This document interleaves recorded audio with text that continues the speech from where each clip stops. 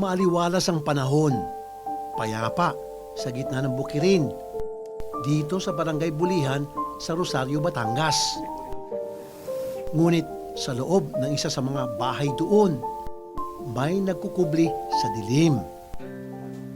Mistulang natutunaw na kandila ang muka ni Milagros o mas kilala bilang si Agring. Alam niyang hindi ito pangkaraniwan, kaya mailap siya sa ibang tao. Dati nahihiya akong lumawas at halos ay nakatakot sa akin, saka ako'y hiyang-hiya.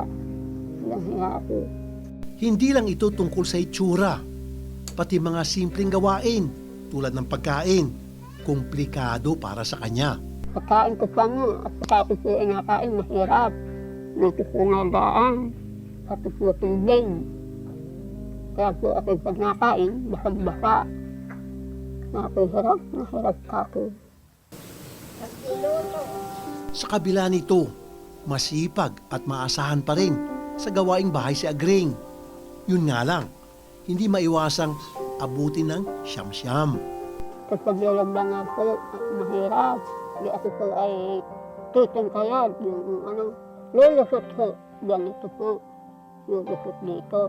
Di ako po laging tatayo at kakalungin po. Gayon na uli, lulusot uli dito sa akin ito. Kaya po ako'y matagal maglaba. Ako'y basang-basa at lalo ka nalapat ito sa sahig ng labahan. Pangatlo si Agring sa siyam na magkakapatid. Ang kakaiba niyang kalbaryo, nagsimula nung siya ay 2 taong gulang pa lang.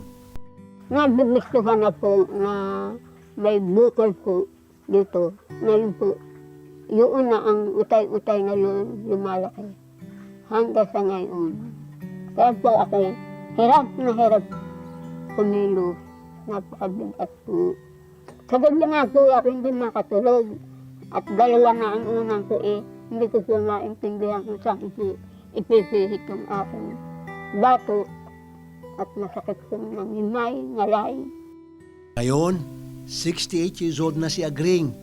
Pero, ni minsan, hindi pa siya nakapagpatingin sa doktor. Saan nga po makapagpatingin sa nga po pera.